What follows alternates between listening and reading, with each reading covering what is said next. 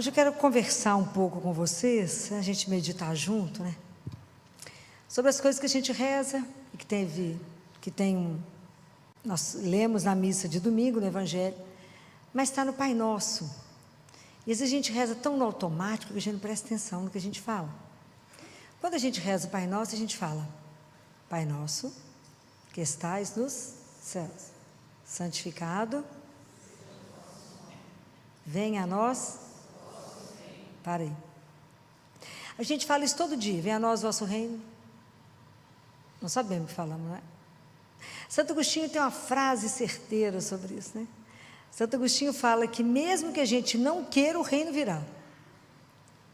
Mas por que a gente reza esse pedaço? Para que a gente aprenda a desejar o reino de Deus. Porque o cristianismo é uma escola de desejo. Nos inicia no desejo. É preciso desejar o reino de Deus. Mas é porque a gente fala tão no automático que a gente não presta atenção naquilo que a gente está falando. Então, na verdade, a gente caminha pela vida e por anos e anos, lendo e escutando a palavra de Deus, mas como se ela fosse algo fora de nós. Sempre fora. É como se as escrituras sobrevoassem a nossa cabeça. A gente escuta, sai da missa, alguém te pergunta assim: qual foi o evangelho de hoje? Você fala: bem, o evangelho, o que foi que o padre falou mesmo? Não lembra mais. Acabou de sair na porta. Não ouviu. Porque ele sobrevoa. Então, quando eu estou discutindo isso aqui com vocês, é para que a gente passe a desejar que essa palavra que eu escuto, ela passa a fazer parte dentro de mim. É diferente. Tem que ter uma chave que vira. Eu tenho que transcender o livro. É preciso transcender o livro. Vocês imaginem, quando Jesus estava aqui, né, corporalmente, ele chega em Nazaré, na cidade dele. No dia de sábado, entra na sinagoga, como ele sempre fez. Fico imaginando só ele andando, né, gente? Porque deve ser uma coisa escandalosa, aquela majestade, né? Ele entra, eles entregam para ele o livro, porque não existia Novo Testamento, só existiam os rolos, né, os 5 livros. Jesus abre Isaías. Eu fico imaginando com que majestade ele lê: o Espírito do Senhor repousa sobre mim. Ele me ungiu, ele me mandou para poder abrir os olhos dos cegos, curar os doentes, ressuscitar os mortos. Imagina que ele vai lendo isto, vai lendo, e o povo todo está parado olhando para ele. Quando ele termina de ler, ele enrola o livro, entrega para eles e fala assim: assenta, olha bem para eles e fala: isso que eu acabei de ler, isso acabou de se cumprir agora. Pode imaginar? Todos os judeus que estavam lá conheciam esse trecho. Todos eles esperavam: que dia será que vai chegar aquele que vai curar os doentes, que vai ressuscitar os mortos, que vai abrir os olhos dos cegos, que vai fazer o surdo ouvir, que vai fazer o aleijado andar? Quando será que ele vai vir? Isso era anunciado. Isso era anunciado. Todos os judeus esperavam por isso. Aí Jesus fala: acabou de cumprir isso, eu sou o enviado. Pode imaginar isso? Pode imaginar quando naquele momento, aquilo que estava sendo esperado, chegou. Aquilo que era anunciado, estava ali diante deles. Pode imaginar o impacto disso? Pode imaginar o que foi isso diante de todo mundo? Então, é sair dessa letra que sobrevoa a minha cabeça e entrar na minha vida. E fazer a diferença na minha vida. Então eu saio da religião de um livro e passa para ser a religião de alguém, centrada em alguém, que se chama Jesus. Pode imaginar o que foi Jesus andando no meio daquele povo? Isso era onde Jesus chegava o reino. Pode imaginar quando ele chegou diante daqueles que não escutavam e os fez ouvir. Quando eu fico imaginando, esses dias nós ficamos emocionados com uma criança lá no hospital, lá na Santa Casa, que tem um trabalho de saúde auditiva belíssimo, e o sonho de uma criança era escutar o barulho do mar. já estava com uns 5 anos, 6 anos, nunca tinha escutado o barulho do mar. A gente que escuta não tem noção do que significa isso. E aí colocou o aparelho lá na Santa Casa, etc., conseguiu tudo. E quando a família filmou a emoção dela, quando viu, escutou pela primeira vez o barulho das ondas do mar. Tanto ela chorava, a gente chora, a gente fica emocionado só de lembrar dela chorando diante do mar, porque escutou pela primeira vez o barulho das ondas. E aí vocês imaginam quando Jesus chegou diante daquele povo sofrido, fez o cego enxergar, fez o surdo ouvir, ressuscitou Lázaro, pôs o coxo para andar. Quanta coisa ele foi fazendo. Pode imaginar, onde ele chegava, chegava o reino. Aquele povo estava desanimado, destruído, tinha a palavra, tinha ele. Pode imaginar o que foi o encontro de Jesus com Madalena, a mulher que ele tirou 7 demônios. Pode imaginar como é que era uma mulher quebrada dentro dela, dilacerada, rasgada, quando ela encontra com ele, que Jesus a amou e deu a ela um desejo de ser, que ela já achava que nem era nada. Pode imaginar o que foi devolver isso a ela. Eu fico imaginando a cara dos apóstolos, começaram a conviver com ele, aquele povo que entendia tudo de mar, acostumado a pescar, acostumado a enfrentar tudo, mas nunca tinha andado sobre as águas. Pode imaginar que espetáculo era aquele? Eles nem sabiam que o pão matava a fome do coração. Eles só sabiam que multiplicava, matava a fome, mas a fome da alma, o desejo que eles tinham. Imagina ver acontecer aquilo que era prometido, acontecia, ele estava ali.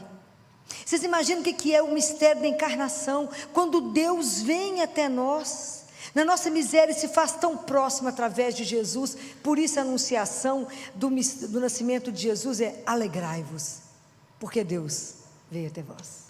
Isso é uma coisa alucinada. É um projeto de salvação que só Deus podia pensar nele, na beleza de que é um Deus que faz tão próximo, que o reino é Ele. Então eu fico imaginando, quando aquelas pessoas que ninguém mais podia nem conviver, pode imaginar o que era Zaqueu? Zaqueu, ninguém queria nem ver Zaqueu, ele era odiado, porque ele roubava demais do povo, né? Com os impostos, o povo não queria nem ver Zaqueu. Tanto que ele subiu uma árvore, né, para ver Jesus. Pode imaginar o que foi Jesus olhar para ele e falar: desce, Zaqueu, hoje eu vou para a sua casa. Pode imaginar o que foi Mateus do Evangelho, ele era cobrador de impostos, e passa Jesus, olha para ele e fala: me segue. Pode imaginar para essas pessoas que elas não tinham mais a menor esperança de nada, que as coisas estavam acabadas, e chega Jesus e transforma. Porque na verdade ninguém que passou perto dele permaneceu a mesma pessoa, até a água se transformou em vinho. Nada ficou igual. Nada ficou igual. Então vocês imaginem que era o reino chegando, era a profecia de tudo que eles tinham visto, porque os profetas existiram até João Batista, filho de Isabel. Depois de João acabou a profecia, porque se cumpriu em Jesus todas as promessas. Isso é simplesmente escandaloso, é maravilhoso imaginar isso acontecendo. O reino de Deus chegando e Deus mostrando algo diferente. Então, para que isso transcenda, isso saia daqui que está escrito, tem que ter uma virada de chave dentro de mim, para que essa palavra também em mim faça uma vitalidade. Então hoje nós temos que pedir a Jesus que a vitalidade que carrega o nome de cristão, se alguém te pergunta, você fala: sou cristã, eu sou cristão, nós temos que carregar dentro de nós essa vitalidade, dessa semente, que é essa palavra que tem a força dentro dela, e que depois que ela foi semeada em nós, ela cresce, porque o importante não é quem semeia nem quem rega, é quem faz crescer, e quem faz isso crescer dentro de nós é Deus, se o nosso coração está aberto. Então por isso que é a escola do desejo. Claro que a gente precisa desejar a Deus, Deus nos deseja mais do que a nós, porque nós desejamos a Ele. Então hoje somos nós que fomos ungidos, hoje sou eu e você, cada um de nós, que temos que fazer com que esse reino de Deus continue acontecendo, porque esse reino vem, ele exige de nós um esforço. ele não é uma coisa de graça, ele é um dom de Deus, mas ele exige de mim um esforço, porque eu tenho que desejar, eu tenho que querer, eu tenho que permitir tudo isso, eu tenho que investir nisso, eu tenho que permitir que essa semente seja trabalhada em mim. Como é que nós vamos trabalhar o reino em nós? Porque para mim poder colocar esse reino no mundo, primeiro tem que acontecer aonde? Em mim. Não tem jeito. Por isso que ele é feito à força. Porque se a gente não estiver construindo o reino de Deus, nós estamos construindo o nosso próprio reino. Isso é muito sério. O reino não é nosso, o reino é de Deus. Mas nós somos o pequeno resto dele, né? E somos nós que temos que colocar isso hoje no mundo. Afinal, mas lá era fácil, naquela época era só falar com ele, só levar o cego até ele, levar o surdo, colocar os doentes para que ele passasse. E hoje? Jesus está vivo? Certeza? Certeza mesmo? Está vivo? É possível falar com ele? Claro que é, que pena que só alguns respondem. Claro, essa é a nossa riqueza, é Jesus vivo. Hoje eu posso chegar perto dele e ser curado? Posso. Hoje eu posso, da mesma forma que já fui ungida, mostrar para aquele que está destruído, deprimido, acabado, achando que a vida acabou, que não tem possibilidade. Eu posso mostrar para ele onde há fonte de vida, que não sou eu, mas é ele. Eu já posso mostrar que Jesus está vivo, ali, como ele diz, corpo, sangue, alma e divindade, um Deus à nossa disposição que nos escuta. Hoje eu posso trazer aquele que está doente diante dele. Hoje eu posso levar alguém para receber a Eucaristia. Hoje eu posso trazer pessoa diante dos sacramentos, para que ela seja renovada, a vida seja transformada, e ela tenha o desejo de voltar à vida.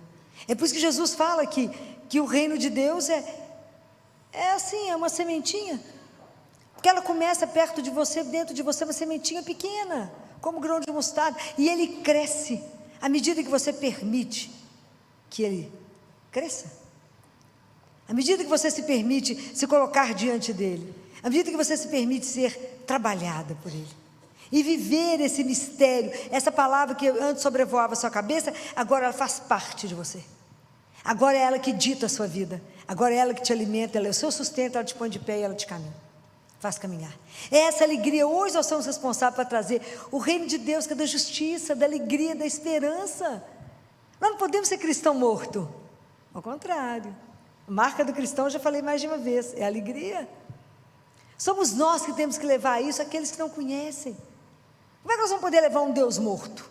Não vai encantar ninguém, mas é um Deus vivo que nesse momento está aqui caminhando no meio de nós. Nós estamos aqui no meio, em nome dele.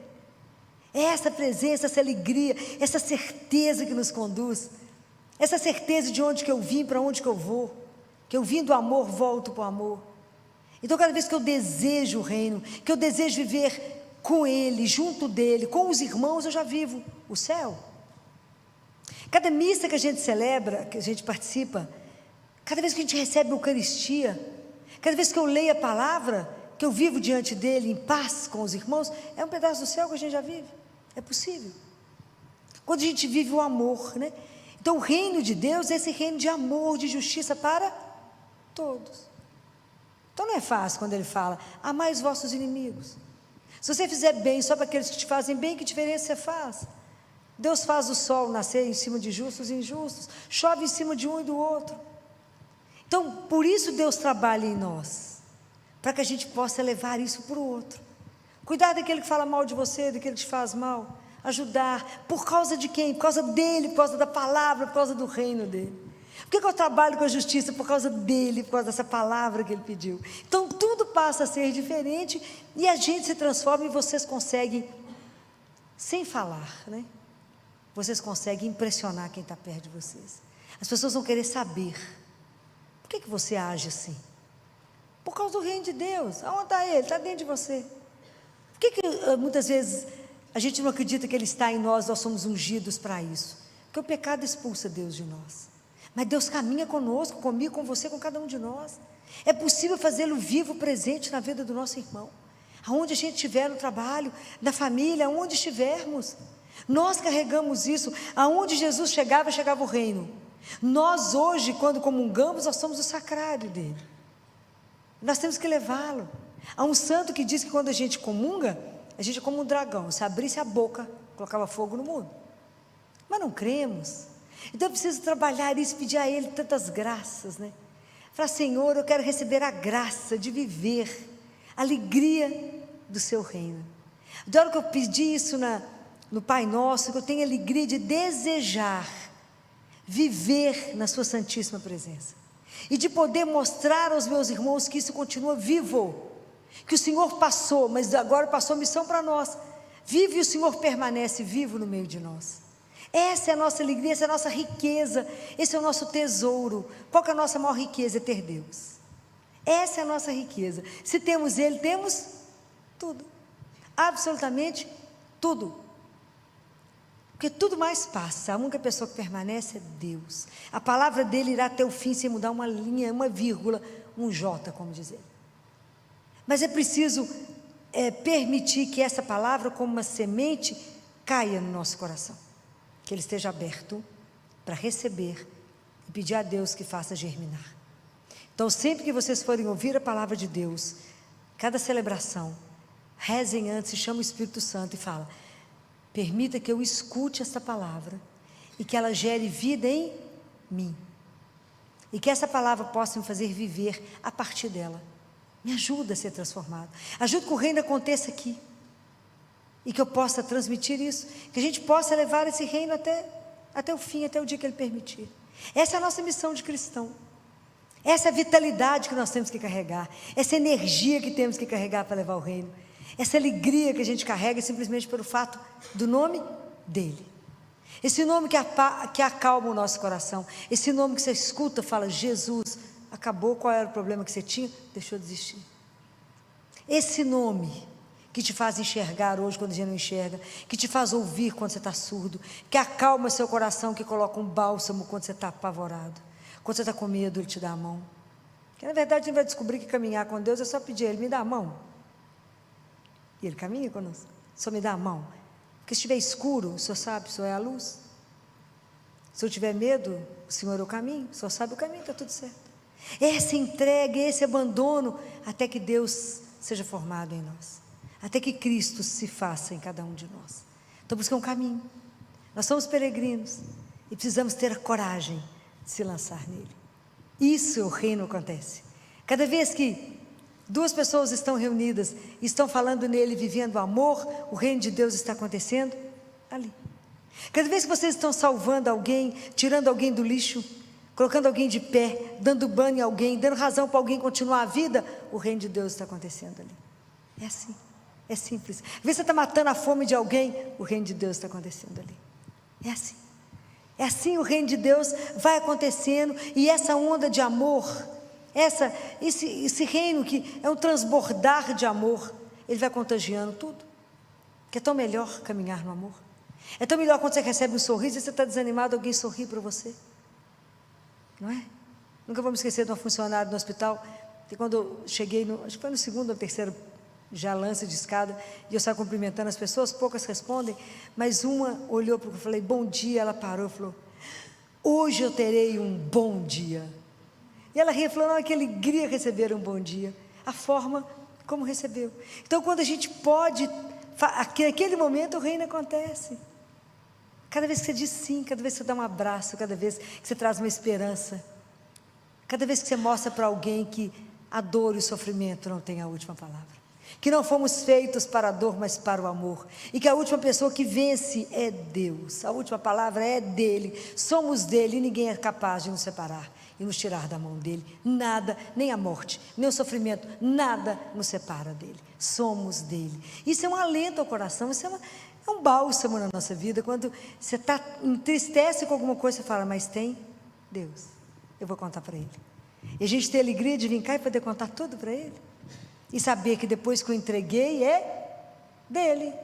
E eu posso ir embora até pulando, porque já não me pertence mais o problema. Agora é com ele. E ele vai fazer. Por quê? Ele me ama. Essa certeza vocês têm que carregar no coração de vocês. Por que ele vai resolver para mim? Porque ele me ama. Então ele nunca vai me dar o bom, ele vai me dar o ótimo. Deus não precisa de nós. Mas ele quis assim. Ele quis usar de cada um de nós. E Ele precisa que hoje cada um de nós deseje o reino. E deseje trabalhar pelo reino. Deseje fazer com que todos conheçam esse amor de Deus que veio nos salvar. Que cada um conheça que é um filho amado. Que cada um conheça que tem um pai. E que por isso pode descansar. Por isso não precisa se desesperar. Que para tudo tem uma solução. Para tudo tem uma saída.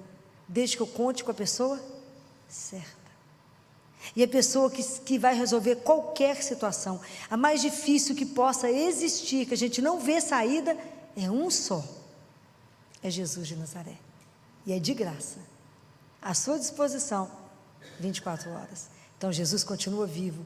E essa é a alegria. A profecia, as promessas já acabaram. Aquele esperado já chegou. Que o nosso coração possa desejá-lo, possa abraçá-lo, possa de verdade falar: Senhor, que alegria saber que aquele anunciado, aquele esperado já está no meio de nós. Louvado seja nosso Senhor Jesus Cristo. Que seja